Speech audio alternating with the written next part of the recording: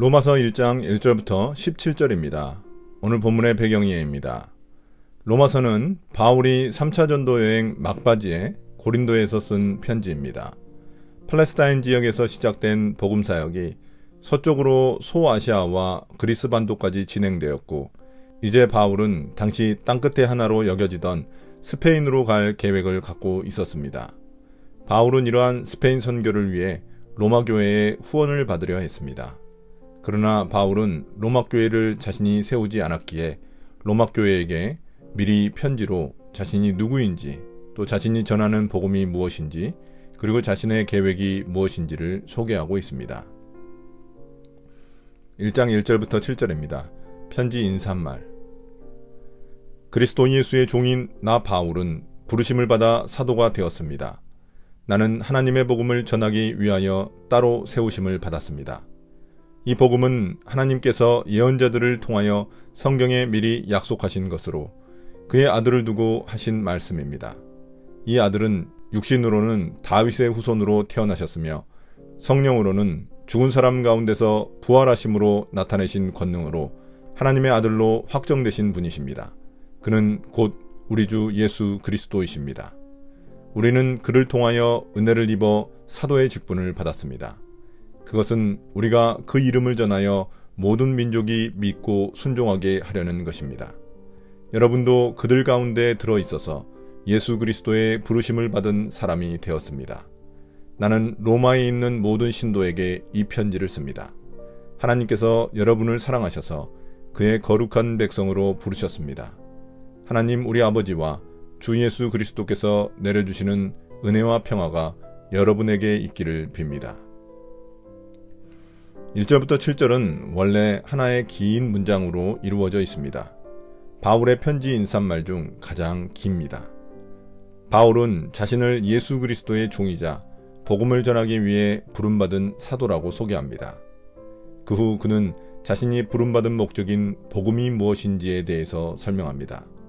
당시 복음, 유앙겔리온이란 황제가 전쟁에서 승리한 후 전령을 통해 자신의 승리와 통치를 전하는 것입니다. 복음은 선포이자 선언, 일어난 일에 대한 좋은 소식입니다. 이처럼 바울은 자신이 전하는 복음도 왕에 대한 좋은 소식임을 설명합니다. 먼저 복음은 하나님께서 구약의 예언자들을 통해 미리 약속하신 것의 성취입니다. 그 복음은 하나님의 아들에 대한 것입니다. 그 아들에 대한 설명이 이어집니다.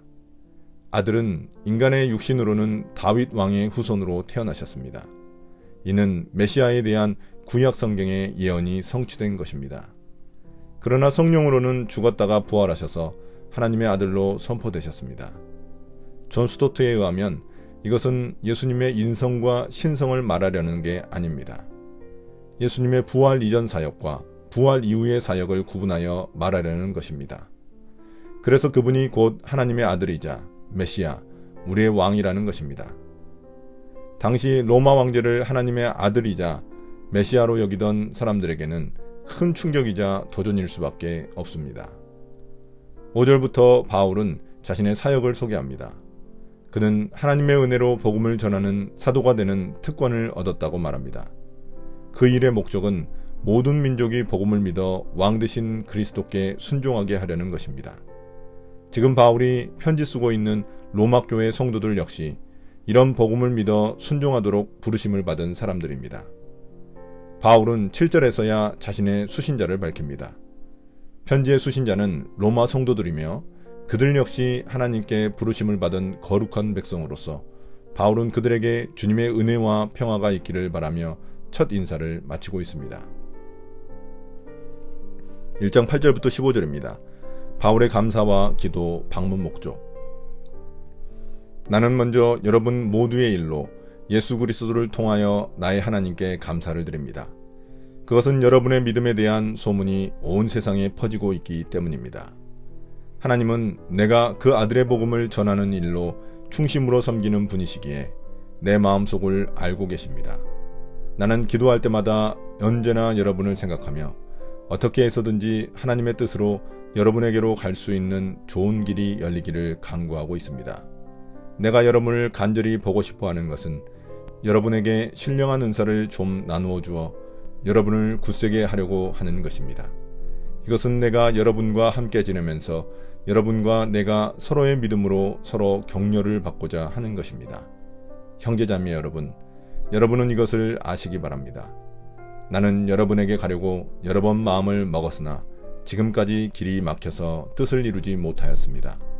나는 다른 이방 사람들 가운데서도 열매를 거둔 것과 같이 여러분 가운데서도 그것을 좀 거두려고 했던 것입니다. 나는 그리스 사람에게나 미개한 사람에게나 지혜가 있는 사람에게나 어리석은 사람에게나 다 빚을 진 사람입니다. 그러므로 나의 간절한 소원은 로마에 있는 여러분에게도 복음을 전하는 일입니다.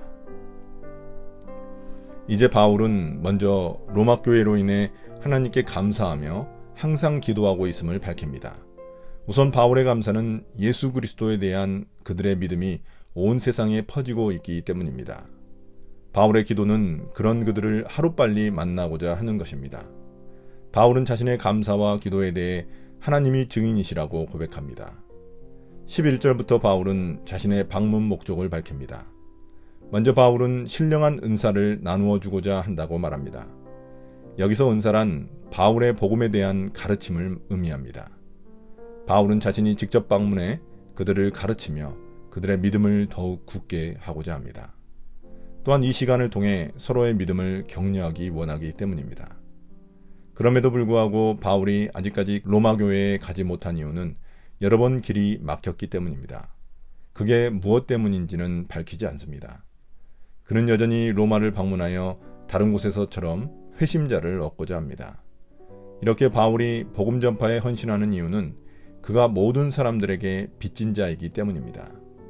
예수 그리스도께서 그를 불러 모든 사람에게 복음을 전할 사명을 맡기셨기에 그는 반드시 그 복음을 전해야 하는 빚을 양쪽 모두에게 지고 있는 것입니다. 그는 그리스 사람이나 미개한 사람이나 지혜자나 어리석은 자 모두에게 빚진 사람이라고 고백합니다. 먼저 당시 로마의 그리스 사람들은 그리스어를 제대로 사용하지 못하는 사람들을 모두 미개한 사람으로 여겼습니다. 이것은 종족적 구분입니다.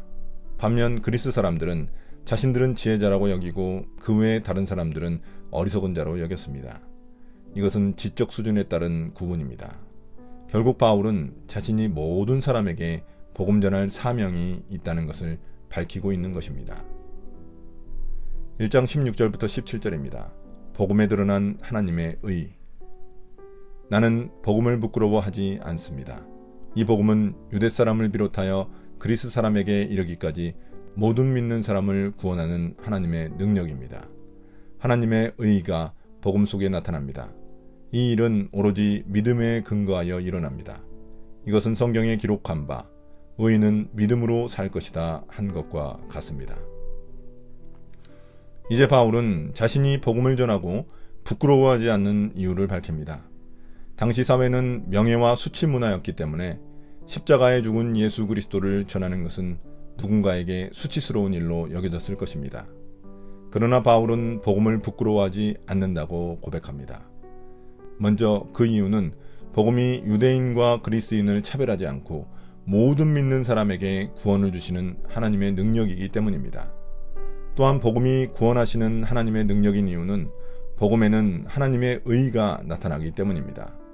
여기서 하나님의 의란 무엇을 의미하는지 학자들은 다양한 의견을 내놓습니다. 전통적인 시각에서는 의가 법정적 의미로서 심판자 하나님이 죄인인 인간을 의롭다고 선언해 주시는 것을 말합니다. 그러나 현대의 많은 학자들은 의가 관계적 의미로서 하나님의 신실함을 의미한다고 말합니다. 이러한 하나님의 의는 믿음으로 나타납니다. 세번역의 믿음은 원래 믿음에서 믿음으로 표현됩니다.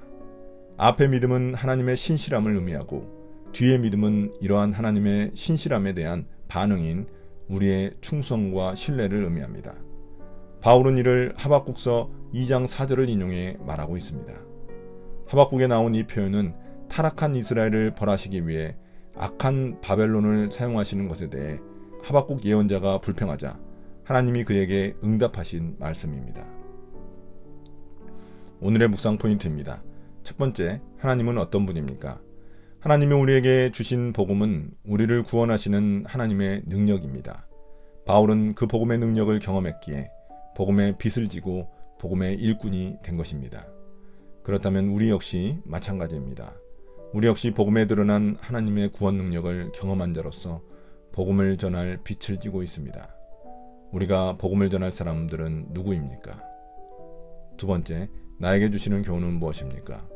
복음의 궁극적인 목적은 복음을 믿어 순종하여 하나님의 통치 아래로 들어가는 것입니다.